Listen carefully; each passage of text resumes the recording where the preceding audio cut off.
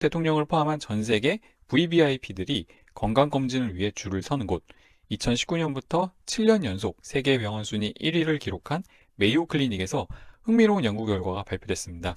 건강한 성인 12명을 대상으로 21일간 특정 조건으로 환경을 설정하니 체중은 0.5kg 증가했는데 반면 내장 지방은 11%가 증가했다고 합니다. 다시 말해 체중계 숫자만 봤다면 아무 문제 없어서 보였을 이 문제가 CT로 복부를 찍어보니 내장 지방이 눈에 띄게 늘어나 있었던 거죠. 앞에서 말한 조건은 다음과 같았습니다. 수면 시간을 단 4시간으로 제한한다. 이후 연구진은 이렇게 말했습니다. 수면 부족은 지방을 위험한 내장 구역으로 보내는 방아쇠가 될 수 있다 라고요. 안에서는 저장되는 위치가 바뀌었을 수 있다는 겁니다. 그리고 이걸 보고 저는 뒤늦게 제 과거가 이해가 됐습니다. 바디를 찍었는데 결과지를 보고 조금 충격을 받았습니다. 체중은 정상 범위 아닌데 체지방은 24%가 나오고 복부 비만 위험이라는 게 나왔거든요. 그 이후에 찾아보니 이런 걸 마른 비만이라고 하는 걸 알았습니다. 저는 PT를 끊었습니다. 양은 빼고 근력량은 키우라고 했으니 나름 운동을 열심히 하면 되겠다 싶었어요. 그러면 진짜 뻗을 정도로 열심히 했습니다. 워낙 근육량이 적은 마른 체형이라서 근력 운동을 조금만 땡기고 나면은 근육이 정말 쉽게 피로하더라고요. 이때 당시에 식단도 바꿨습니다. 저녁에는 탄수화물을 줄이고 야식을 먹지 않고 점심에는 가능한 단백질 위주로 먹었습니다.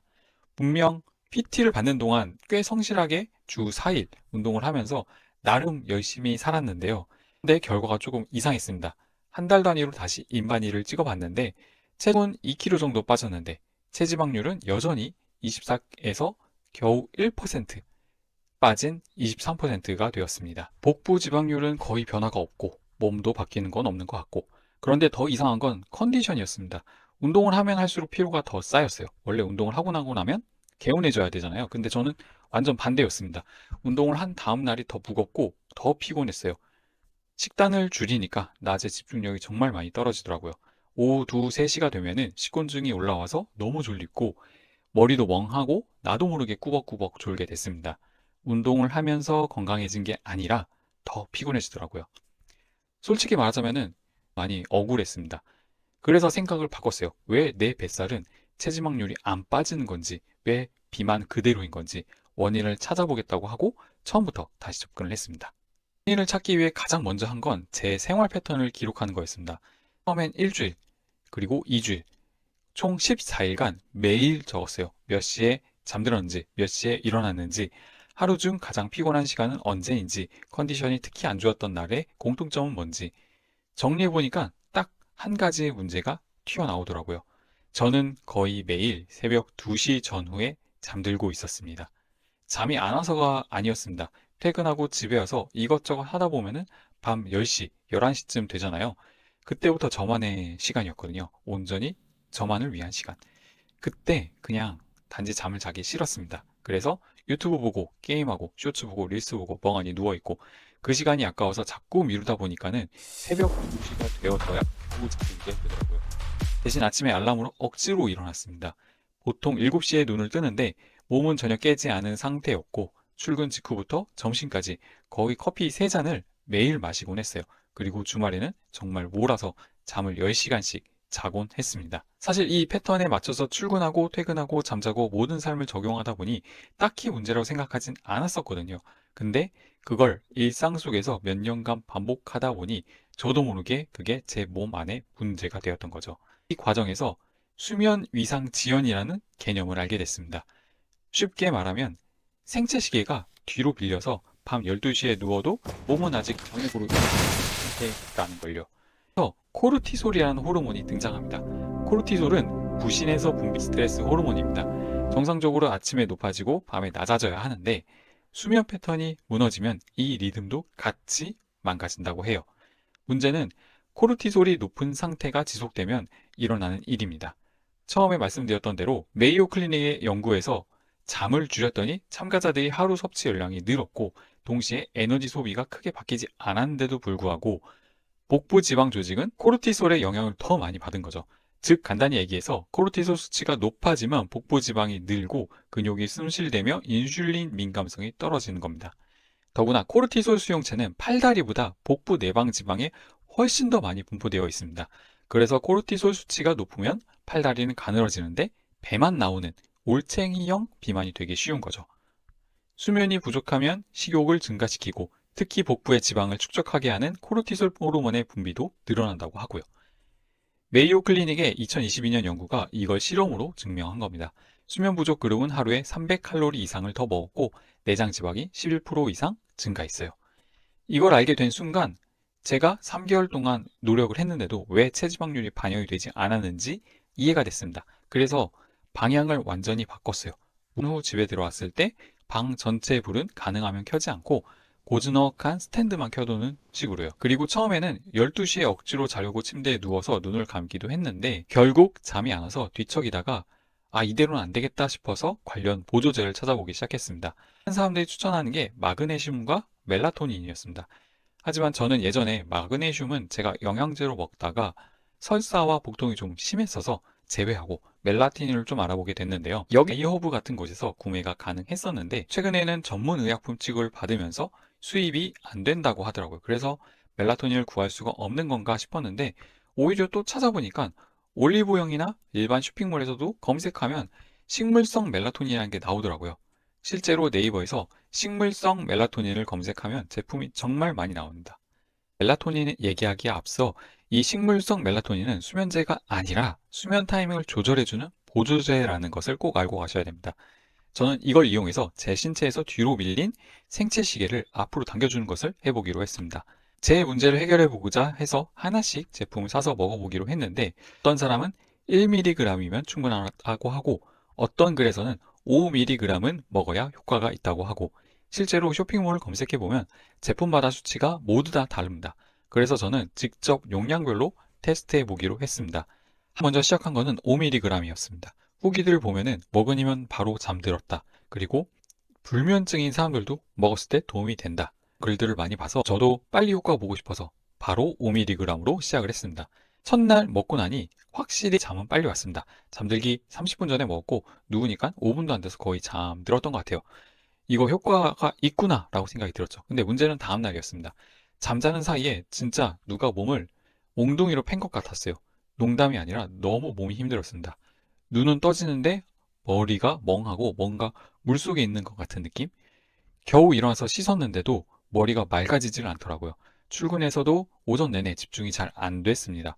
커피도 보통 마시는 것보다 좀 더 진하게 마셨는데 멍한 느낌이 거의 점심때까지 이어지더라고요. 그리고 결정적으로 꿈을 너무 많이 꿨습니다. 이건 3일차까지 복용하면서 계속 똑같은 증상이 반복됐는데요. 원래 꿈을 잘 꾸는 편이기도 했는데 무서운 꿈이 더 많아지더라고요. 악몽 때문에 중간에 깨는 날도 있으면서 이로 인해서 피로감이 너무 커져서 오히려 부작용이 더 심하구나라고 생각이 들었습니다. 딱 일주일 동안 썼는데 잠은 잘 들지만 수면의 질이 좀 오히려 나빠진 것 같아서 이건 아니다 싶어서 더 이상 먹지 않기로 했습니다. 처음 시작했던 5mg이 너무 셌나 싶어서 1mg으로 낮췄습니다. 확실히 바꾸고 나니까 아침에 멍함은 많이 줄었어요. 잠들기 3시간 전에 복용했을 때 확실히 잠도 잘 잘 수 있었습니다. 나름 제 체형에 맞는 것 같아서 일주일 정도 복용했을 때 저한테 잘 맞는구나 싶었어요. 이 과정에서 제가 확실히 알았던 거는 멜라토닌은 많이 먹으면 잘 잔다가 아니라 오히려 과하게 먹은 과용량은 역효과를 난다는 것을 알 수 있었습니다. 우리가 멜라토닌을 먹고 잠에 들면은 렘 수면이 과하게 활성화되면서 꿈이 많아지게 되고 방광기 때문에 아침까지 체내에 남아서 멍함이 이어진다고 하더라고요. 실제로 수면 사이클 자체가 불안정해지는 거죠. 더 중요한 건 멜라토닌은 수면제가 아니라는 점입니다. 멜라토닌의 역할은 사람을 잠재우는 것이 아니라 수면 타이밍을 조절하는 것이에요. 뒤로 밀린 생체 시계를 앞으로 당겨주는 거죠. 본격적으로 잠들기 3시간 전부터 먹고 나서는 확실히 달라진 게 있었습니다. 침이 달랐어요. 확실히 일찍 복용하고 잠들기까지 텀을 두면서 1mg으로 조절하고 나니 잠도 잘 자고 아침에 일어났을 때 부담도 덜 했습니다. 오히려 알람이 울리기 한 2, 3분 전에 자연스럽게 피곤하지 않을 정도로 눈이 떠지기도 했고요. 확실히 1mg으로 바꾸니까 꿈을 많이 꾸지 않게 되었고 무엇보다도 지속 가능했습니다. 일단 이걸 먹고 잤을 때 아침에 멍하지 않을 수 있겠구나 싶어서 걱정도 많이 줄었고요. 매일 먹어도 다음날에 영향을 주지 않으니까 푹 잘 수 있는 게 너무나 만족스러웠습니다. 그런데 이 1mg으로 바꾸고도 한 가지 불편한 점이 있었습니다. 연구에서는 취침 3시간 전에 복용하는 게 가장 효과적이라고 했잖아요. 그래서 저도 3시간 전에 복용을 했었는데 12시에 자려면은 적어도 9시에는 먹어야 하는데 이게 현실적으로 조금 쉽지 않더라고요. 저는 퇴근하고 집에 오면 8, 9시인데 이때 저녁을 먹고 정리하다 보면 10시는 됩니다. 자칫 깜빡하고 지나치면은 타이밍을 놓치게 되더라고요. 그래서 며칠은 약을 제대로 챙겨 먹지 못하고 그냥 그대로 잠드는 날도 있었습니다. 그러다 보니 효과가 들쭉날쭉하기도 하고 결국에는 문제는 용량이 아니라 꾸준히 먹을 수 있냐 아니냐에 따라 달려 있다는 것을 알게 됐어요. 그래서 이걸 어떻게 해결할까 하다가 후기를 찾아보니 젤리 형태로 먹을 수 있는 것도 있더라고요. 구미 형태로 그냥 집어 먹는 건데 이게 진짜 좋은 점이 그냥 당장 먹을 수 있는 거였습니다. 예전에 먹었던 약은 알약이었는데 크기가 꽤 커서 물이 없으면 먹기가 불편했거든요. 근데 젤리형으로 바꾸니까 그냥 집에 와서 하나씩 먹는 걸로 루틴을 만들고 나니 편했습니다. 집에 오면 가방 내려놓고 통 열어서 하나 그냥 바로 먹는 거죠. 또 필요 없고 3시간 뒤에 자야지 같은 계산도 그냥 필요가 없었습니다. 그냥 집에 오자마자 먹는 게 그냥 루틴이 되는 거예요. 9시에 오면 9시에 먹고 10시에 오면 10시에 먹고 타이밍을 맞춰서 먹으려고 계속 시간을 계산하는 그런 스트레스가 없다 보니 굉장히 편했습니다. 그리고 이걸 반복해서 하다 보니까 효과가 꾸준해졌어요. 알약을 먹을 때는 어제는 효과는 있었는데 왜 오늘은 효과가 없지? 이런 걱정들이 좀 있었는데 젤리형으로 바꾸고 나니까 매일 같은 타이밍에 먹게 되고 그러다 보니 제 수면 패턴도 일정하게 잡히게 됐습니다. 2주쯤 지나니까 몸이 리듬을 기억하기 시작하는 느낌이었어요. 밤 11시쯤 되면 자연스럽게 졸리게 되고 아침 6시 반쯤 되면 알람 전에 눈이 떠지는 날이 많아졌습니다. 그때 먹었던 제품은 멜람메이트라는 제품이었습니다. 올리브영에서 제가 샀던 제품인데 지금은 네이버랑 쿠팡에도 판매를 하더라고요. 하지만 구매하기 전에 이것만큼은 꼭 기억해 주세요. 제가 멜라토닌 구미를 꾸준히 먹으면서 생활 습관 교정을 병행한 지 지금 약 4개월 정도 지났습니다. 그리고 현재 운동도 하면서 인바디를 찍어봤는데 이후 체지방률이 24%에서 현재 17%로 떨어졌습니다. 약 7%가 줄어든 거죠. 그리고 복부 지방률 항목에서 복부 비만 판정도 그리고 가장 중요한 변화는 이겁니다. 이제는 저는 멜라토닌을 먹지 않아도 꾸준히 먹다 보니 제 몸이 수면 리듬을 기억하기 시작하면서 밤 11시가 되면 자연스럽게 졸리게 되고 아침 6시 반이 되면 알람이 없이도 눈이 떠집니다. 악몽 때문에 중간에 깨는 일도 없고 멜라토닌 없이도 생체 리듬이 유지가 되고 있는 거죠. 가끔 출장이나 야근으로 리듬이 조금 깨질 것 같은 때가 있을 때만 보조적으로 먹고 있습니다. 결국 멜라토닌은 평생 먹어야 하는 약이 아니라 망가진 생체 시계를 다시 맞춰주는 도구였던 거죠. 생체 시계가 제대로 돌아가기 시작하면 도구는 내려놔도 됩니다. 그리고 수면이 정상화되니까 체지방도 잘 빠지고 몸 건강도 훨씬 좋아졌습니다. 확실히 같은 운동을 해도 회복이 빨라지고 근육도 더 잘 붙는 느낌이고 지금은 체지방률 15%까지 내려왔고 여전히 유지하고 있습니다. 그래서 제가 전하고 싶은 메시지는 단순합니다. 여러분이 운동과 식단은 계속 해봤는데 체지방률이 안 떨어지고 계속 뱃살이 늘어나는 사람이라면은 그때는 수면을 가장 먼저 점검해 보시라는 겁니다. 그리고 수면 개선을 위한 도구를 찾는다면 멜라토닌을 시작하는 건 괜찮습니다.